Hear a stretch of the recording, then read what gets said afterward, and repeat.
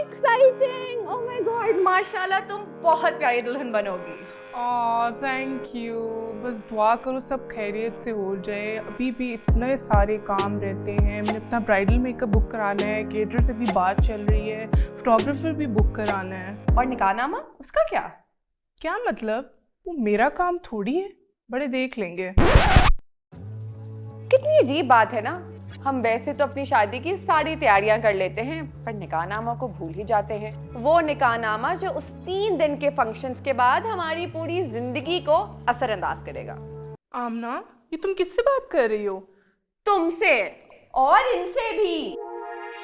शादी एक बहुत ही खूबसूरत और जरूरी स्टेप है, लेकिन ये सिर्फ एक मजहबी और समाजी तकरीब नहीं बल्कि एक कानूनी मामला भी है।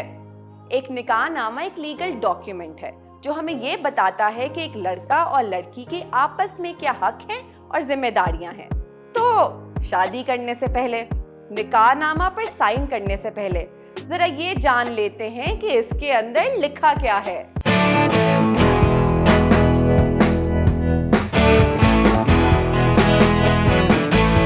एक निकाहनामा में कुल मिला के 25 सेक्शंस होते हैं। तो चलिए तफसील से देखते हैं कि हर एक सेक्शन में क्या लिखा है। शिक 1 से 5 में लड़का और लड़की के बारे में बेसिक इंफॉर्मेशन दी जाती है, जैसे कि नाम, घर का पता, डेट ऑफ बर्थ। शिक 6 में लड़का और लड़की की उम्र बताई जाती है। ये सेक्शन इसलिए बहुत जरूरी है क्योंकि अगर लड़की की उम्र 16 साल से कम हो और लड़के की उम्र 18 साल से कम हो तो ये शादी गैर कानूनी होगी। शिक 7 से 11 में लड़का और लड़की के गवाहों से मुतल्लिक मालूमात दर्ज करनी होती हैं और शिक 12 में शादी की डेट दर्ज की जाती है और शिक 13 से 17 तक मेहर के बारे में तफसील दी जाती है। मेहर एक तोहफा होता है जो दुल्हा दुल्हन को देता है, जो उसका कानूनी हक होता है। अगर निकाह में मेहर ना दिया जाए तो वो निकाह जायज़ ही नहीं होता। मेहर या तो पैसों की शक्ल में दिया जा सकता है या फिर सोने की, और अगर उस सोने की कीमत पहले से डिसाइडेड है तो लड़की शादी के बाद उस सोने को पैसे के लिए एक्सचेंज भी कर सकती है। मेहर 2 किस्म के होते हैं, मुअज्जल जो कि लड़की को फौरन मिलेगा निकाह के वक्त, और मुअज्जल जो कि एक खास वक्त पर मिलेगा जो कि निकाहनामा पर मेंशन किया जाएगा। शिक 17 में लड़का और लड़की की तरफ से कोई भी खास दरख्वास्त लिखी जा सकती है जो किसी और सेक्शन में मेंशन नहीं। एक सेकेंड आमना, क्या कह रही हो? तुम चाहती हो कि हम ये सब बातें खुलेआम सबके सामने करें? बदतमीजी समझी जाएगी। मैं नहीं चाहती कि मेरे ससुराल वाले समझे मैं डिमांडिंग हूँ। बात सुनो, मैंने अभी तक कोई भी ऐसी बात की है जो मजहब या कानून के खिलाफ हो? तो फिर तुम्हें कोई डिमांडिंग क्यों समझेगा?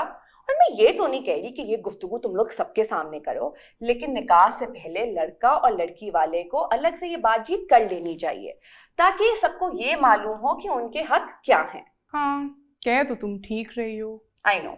तो चलिए अब बात करते हैं कि शिर्क 18 और 19 में क्या है, जिसके अंदर ये बताया जाता है कि क्या लड़की को तलाक का हक है या नहीं। हाय अल्लाह आमना, तुम क्या कह रही हो? अभी मेरी शादी भी नहीं हुई है और तुम तलाक की बात कर रही हो। अल्लाह ना करे ऐसी नौबत आए। आई एम सो सॉरी, मुझे तुम्हें परेशान करने का हरगिज मकसद नहीं था। मैं तो सिर्फ ये बता रही हूँ कि निकाहनामा में क्या लिखा है और तुम्हारे क्या हक हैं, क्योंकि खुदा ना खास्ता कोई ऐसी सूरत हाल पैदा हो जाती हैं जिसमें इन हक का इस्तेमाल करना पड़े, एटलीस्ट तुम्हें पता तो होना चाहिए ना कि वो क्या हैं। अब बात करते हैं शिक 18 और 19 की। शिक 18 में ये पूछा जाता है कि क्या बीवी को राइट टू डिवोर्स दिया जा रहा है या नहीं। इस सेक्शन में या तो हाँ लिखा जाता है या फिर ना, लेकिन अक्सर या तो मौलवी साहब या अपने ही घर वाले इस सेक्शन को पहले से ही काट के लेके आते हैं ताकि कोई इस हक के बारे में पूछे ही ना। लेकिन इस सेक्शन को काटना गैर कानूनी है और इसके ऊपर सजा भी मिल सकती है। अगर निकाहनामा में लड़की को तलाक का हक है तो फिर अगले सेक्शंस में इस हक के बारे में डिटेल्स दी जाती हैं।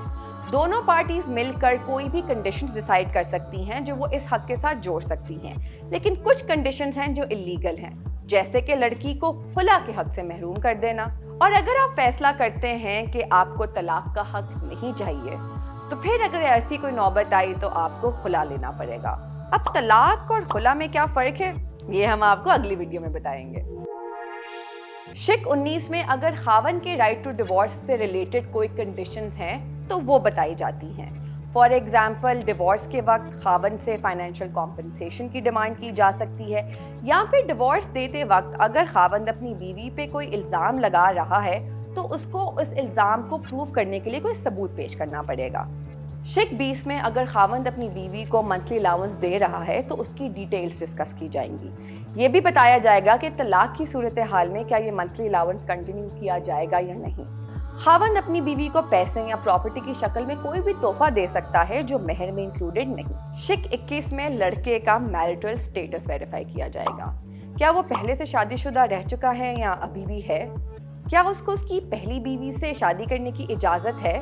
अगर ये लड़के की पहली शादी नहीं है तो फिर उसको आर्बिट्रेरी काउंसिल से एक परमिशन सर्टिफिकेट चाहिए होता है।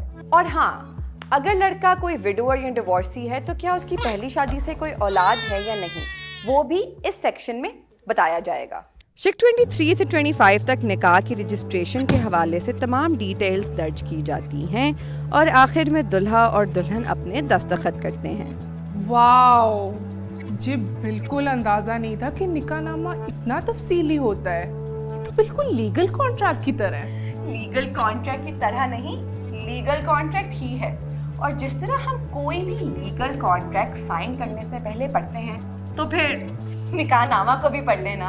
अगर आपको हमारी वीडियो पसंद आई है तो माटी टीवी को लाइक, शेयर और सब्सक्राइब करें।